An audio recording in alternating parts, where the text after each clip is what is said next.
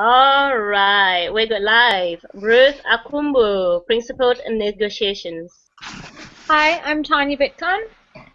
Hi, I'm Shalina Barbero. Hi, I'm Yamara Guzman. Sorry. I'm the last one? Okay. Elizabeth Alfaro.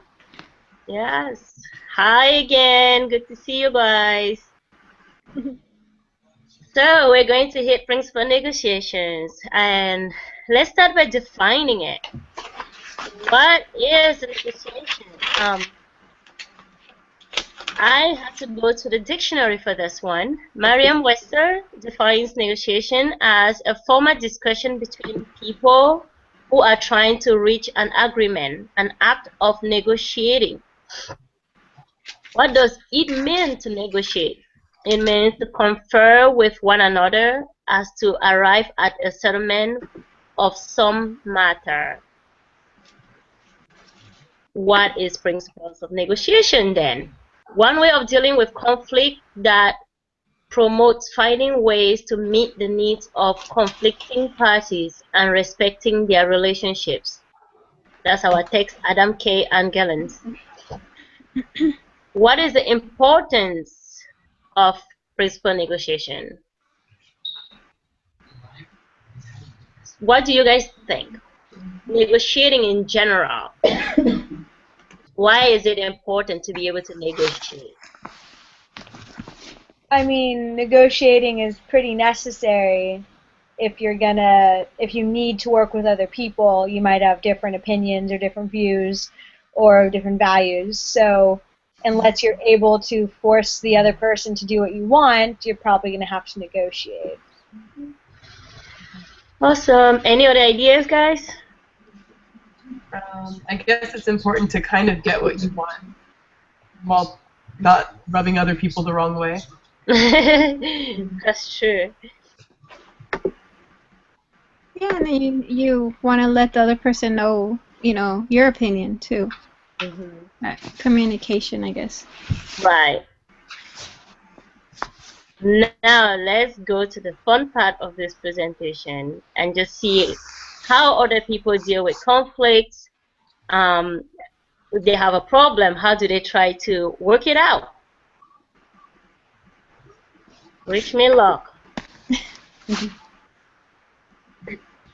YouTube.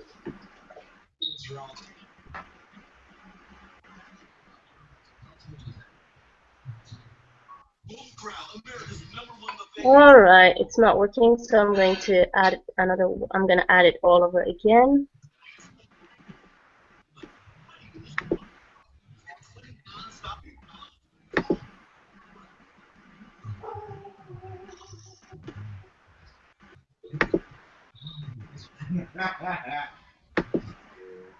Can you guys see it? No. No, not yet. No way. You cannot see the video? You have to do a screen share? I did. Yeah, I'm not seeing a screen share.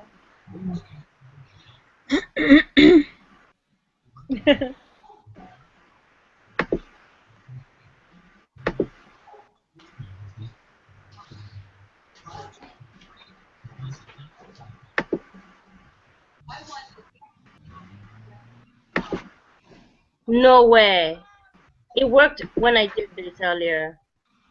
Are you using the YouTube link on the side or the screen share? So I click on the screen share, I click on the YouTube that says here, and then I go to this place, which is where I add the videos according to the instructions, and then my playlist comes up. And it says Google Share. Huh. Have you tried using the little YouTube link on the left instead of screen share? This one on this side. Yeah, that's the link. Oh, that's what you did? Yeah.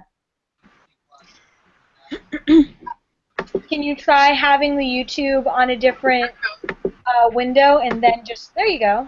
Yeah. Can you see it now? Yes.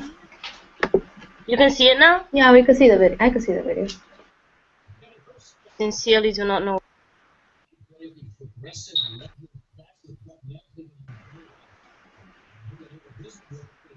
You're probably gonna want to turn up the volume. Huh?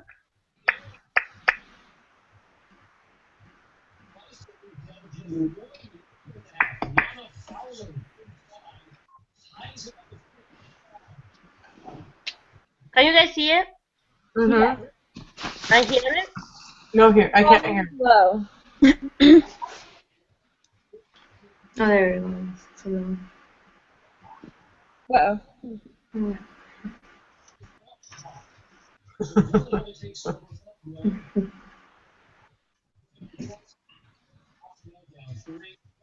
The volume's on the left. I don't even know where I am anymore. Oh.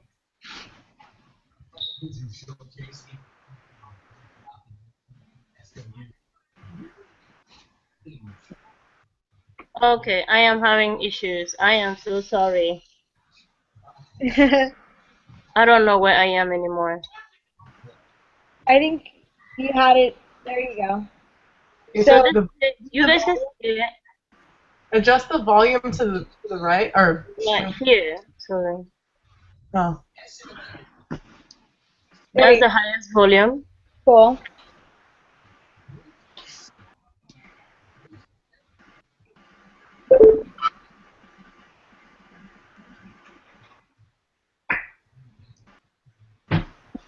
Can you guys hear it? No.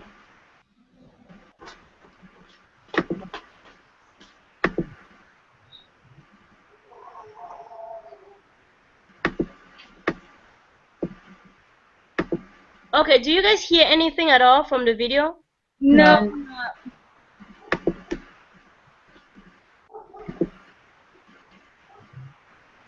Okay, we'll just play it mute and then I'll explain it to you guys because I don't know how to let you guys hear it.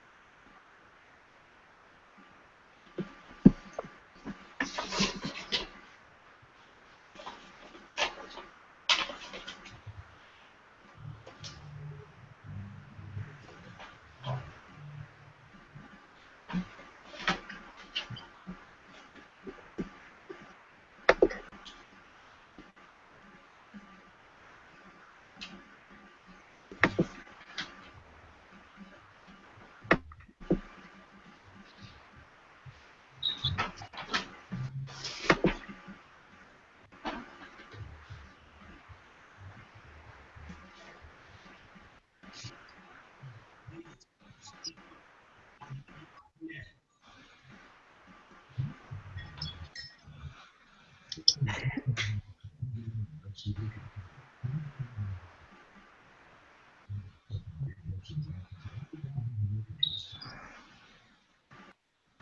right, we can see you. Can you? Yep. Okay. What do you see now? We see you. Okay. Oh my goodness. Did you guys even catch anything from that video or no?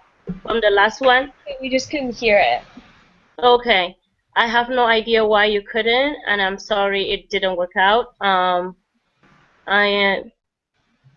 had a second video, but I will not put you through it because it's not necessary. It's not playing, so there's no need. Okay. The whole point of this video was just to help us like understand how people deal with conflicts, like how different people deal with conflicts. And I have a video playing in the background. You guys can hear me well, okay? Hear me well? Yeah, okay. All right. We'll just ignore the fact that there's a video playing in the background. Yeah, I can't even hear it. Okay, great. All right. So this whole there's two of them. The second video were more on it. Was a video where the two companies are negotiating. A law firm and a second person is trying to negotiate and come to a general agreement on who on a settlement on a water project that is killing a bunch of people. People are getting diseases from it. And because they couldn't, the guy comes in, he walks in, and he just tells them what his offer is. As a lawyer, he thinks, oh, this is a small court. Now I could just tell you whatever my price is, and because you hear the $200,000, you think, oh yeah, it's a great price. It's a small town. That's a lot of money. But the girl who actually asks in the film, he says, I thought we were negotiating here. So, like, we have already seen that negotiating is not a one-sided thing. Negotiation is two people talking and actually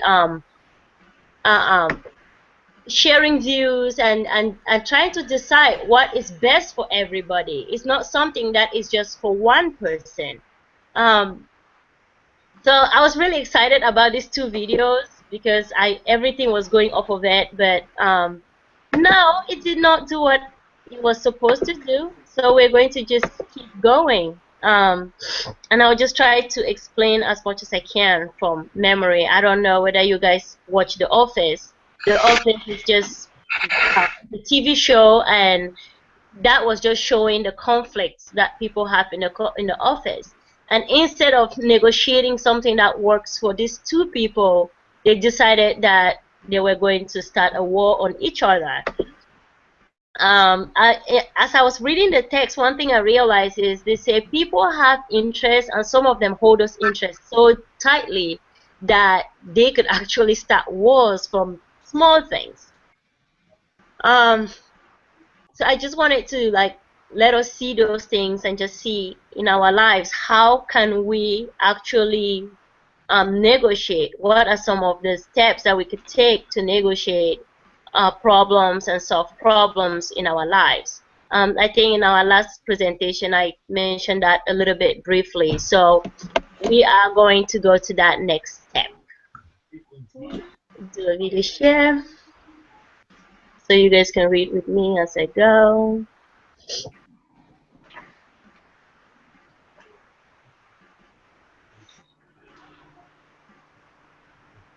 So this is not going to be too long. This is a short one simply because I really wanted us to look at videos and see different things about negotiating conflicts, and we can. So what are the 4 steps by Roger Fisher and William Ury in negotiation, like steps of negotiation? What are these steps? The first one is separate the people from the problem. Our emotions can keep us from being objective. It is always the big things that start. It is not always the big things that start wars. So let's try not to take things personally, especially disagreements. Let's focus on issues and not on personalities.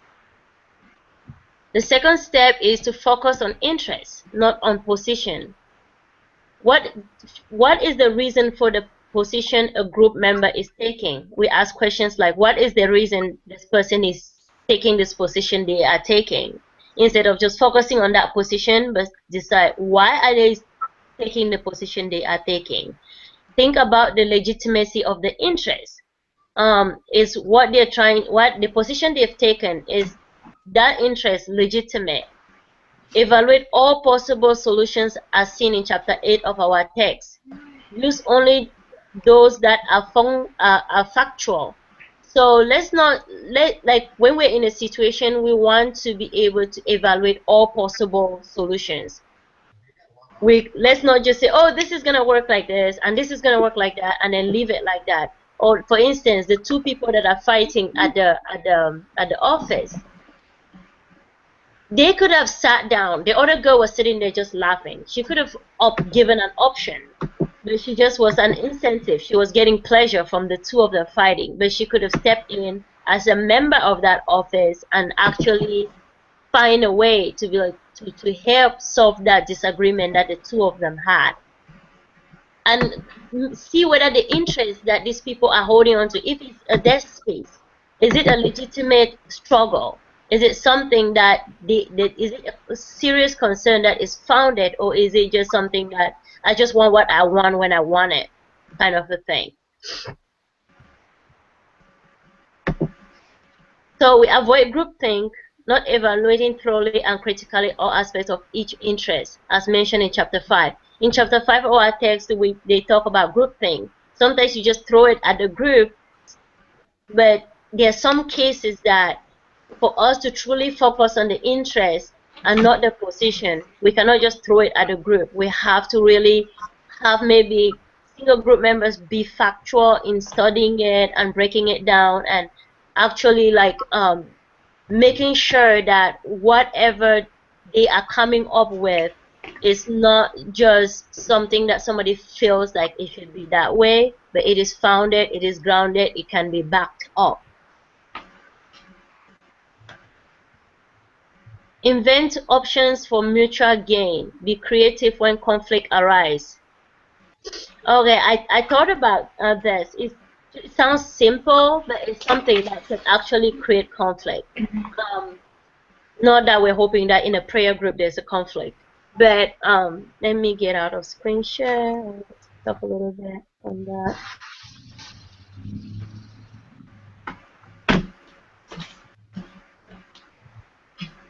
Can you see me? Yep. Okay. So at my prayer group, we usually go around, and one person prays for the next person, the next person prays for the next person, and the whole idea is just to save time. Instead of a bunch of people just praying for the same thing, we just do that to save time. But sometimes, as you're going in a group, somebody forgets, and if you forget, you don't. If you forget, you don't have to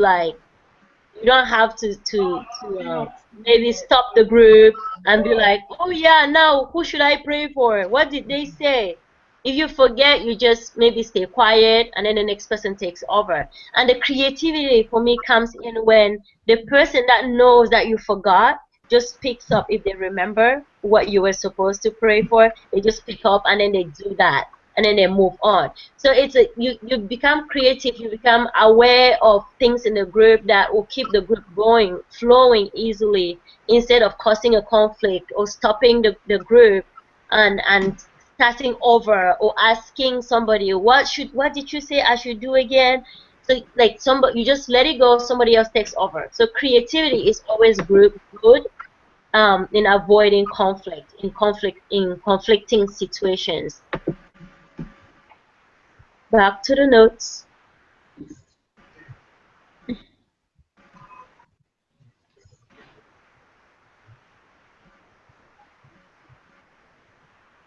And then the last one is insist on using objective criteria. Ask questions like, what was fair and appropriate? Ask what was fair and appropriate in that situation. for one party, what was fair and appropriate in that situation? You think, was it fair for this one party and not fair for this one party? Was it something that if we had used this solution, it would have been good for them or bad for them? Make sure that the criteria is objective and acceptable to both parties. Let it be realistic.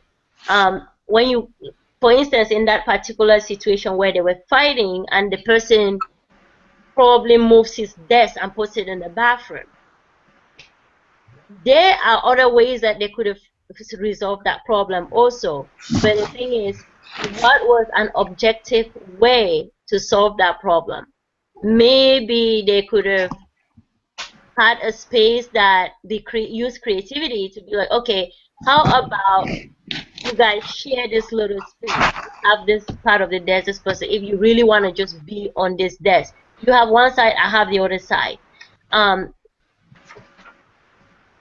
What other examples can I give? For instance, in the law firm situation that I would have loved for you guys to see, that law firm, if the guy had come in and been and say, okay, these people are dying because of this, this is what we are offering, and we think we're offering this because of this and that, because we think that we believe that these diseases are not caused by our company, but because you guys are suing us and we don't want to go to court, maybe we could just settle this out of court.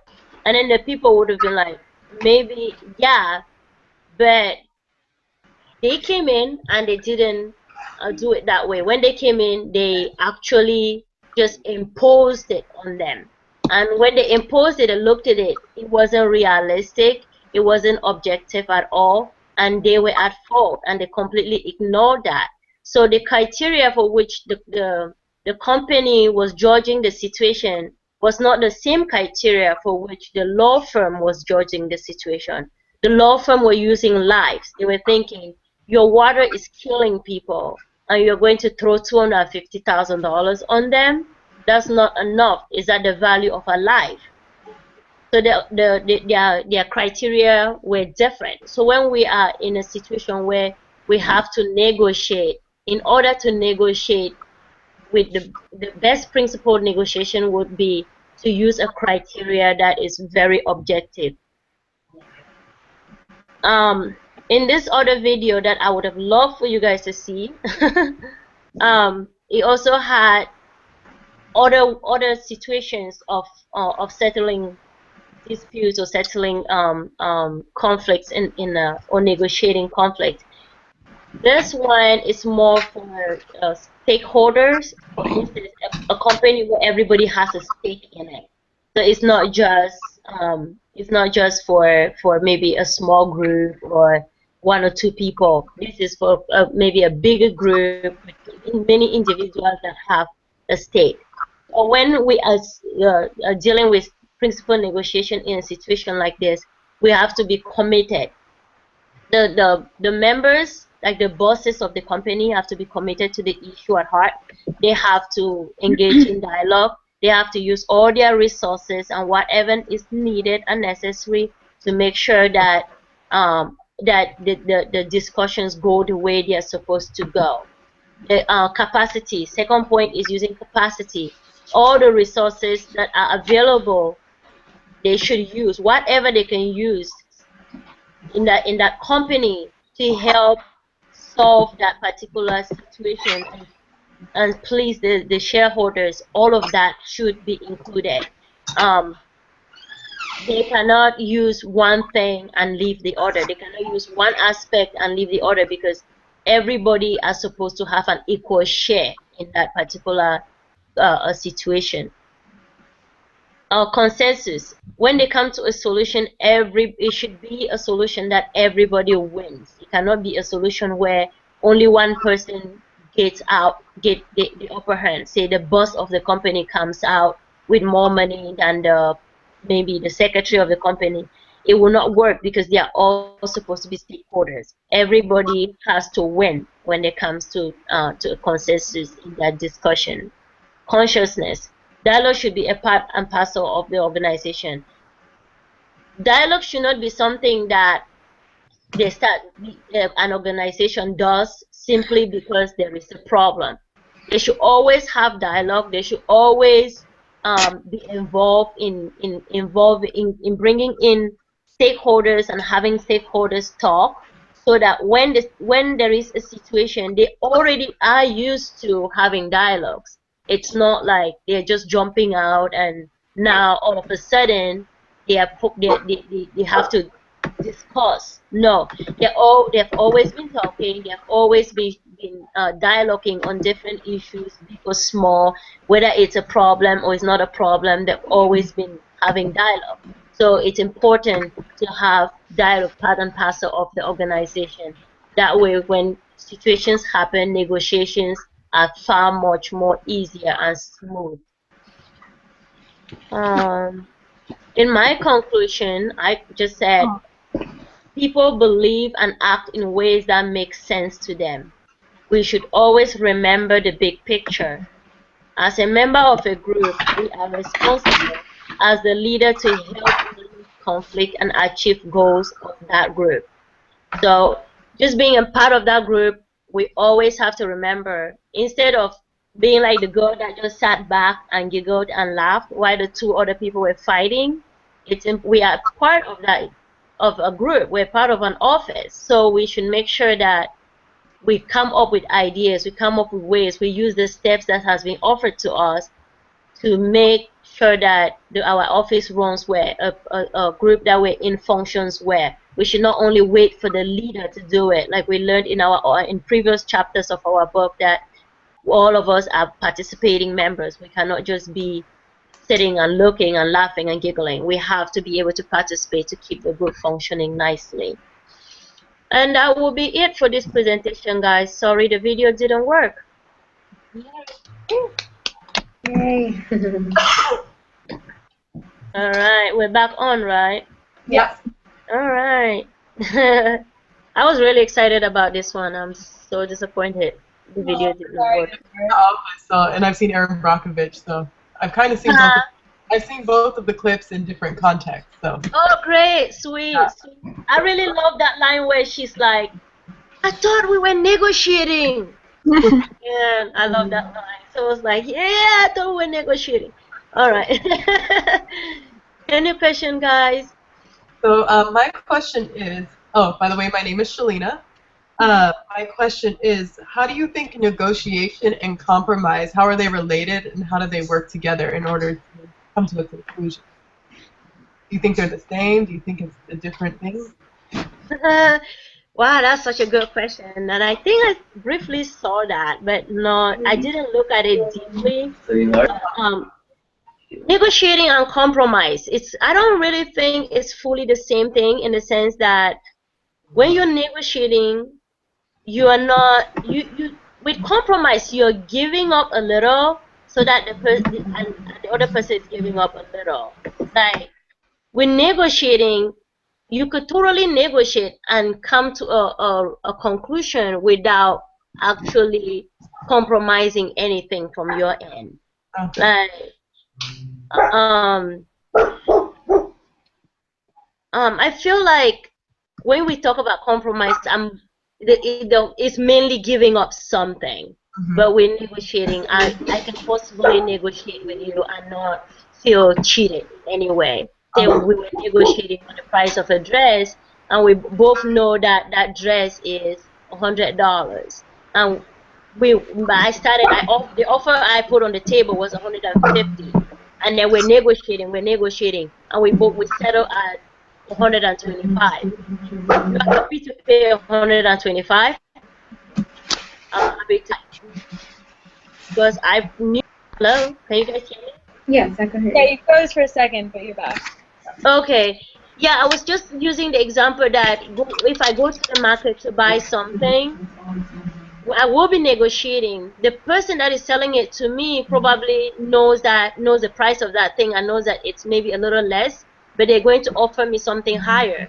And I don't want to pay that price. I might pay a price that is a little bit less, and we're both going to agree, and we're going to both be happy on that price. So at the end of that negotiation, maybe I end up paying the $100 that thing is worth, the person is happy, I'm happy. But with the compromise, if I go in and I say and I say something is $100 and you say $95. If I end up taking the $95, that's like I'm just taking the 95 because like I'm giving up something. Like I'm not fully happy when I walk away because they said in there that everybody, so to a certain degree, everybody needs to be happy to a certain degree. Yeah, That's it's kind my of honest like answering kind of like my question that I was gonna ask. My question was, can you hear me? Hello? Yeah, we can hear you. Okay, who is asking a question? Me. Oh, Me. my name is Yomara Guzman, and Oh, yeah. my question was, which criteria do you suggest in a conflict between two people with the same perspectives? Like, what do you think would be the best negotiation if they have the same goals, the same everything, but they're having a conflict?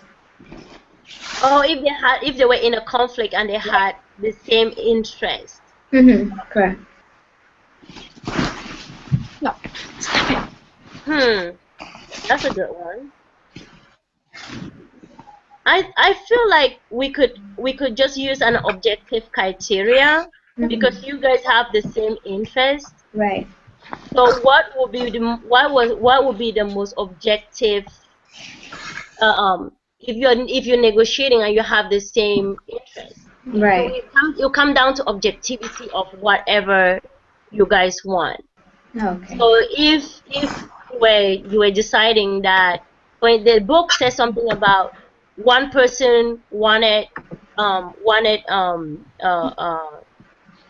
this the snack thing, not to wanted the evening students to have food. The other person wanted to save money. You guys are both have the same interest. You want the welfare of the company. Right. So what is objective now? What is the most objective thing that you could do that will save the company money and actually take care of the student? It will be to put maybe a snack by evening where you're not paying a salary to somebody, but people are just sliding coins and get out their money. So you want to find the most objective Interest resolution. solution. Oh, okay. Does that make sense? Yes. Do you Thank you. think that like need would be an objective criteria? Like who needs it more, or is it just like objective in terms of like the actual goal itself and requirements? I don't know if I phrased that. Okay, it could be objective in the sense that who needs it more, because it's like they said in the previous ones that you have to look at the interest of the position. Is that me cracking up? No. Okay, so because they said earlier that we have to look at interest and not the position, so I'm assuming that when like the objectivity is not just it's not just for what was the question again? I think I had it right, but and I knew what I was. Like, so you're talking about objective criteria, and I was just wondering if like need, like your personal need for your outcome would be objective criteria. Like if you're negotiating and like let's say you're negotiating over who gets a $100 bill, and one person's really poor and one person's really rich. Yeah, so it's the need could be the objectivity at the point. It could be the defining point, right? Yeah. Yeah, I agree. The need could be the defining point. It's as long as you guys both agree. I feel like if you guys both agree on it, then the negotiation has happened without you guys fighting and killing each other, and without the other person going home and going, I'll get them next time, you know. So then it means you guys have had a successful negotiation. Okay. So we're done with 3 questions. Yes. Elizabeth, anything? No. No, it's okay. It was a good job though. Oh my God, I am so thankful. Done. All right, thank Yay, you we're done. guys. You're welcome. Yes, and I will see you guys tomorrow, hopefully. At what time is your next presentation?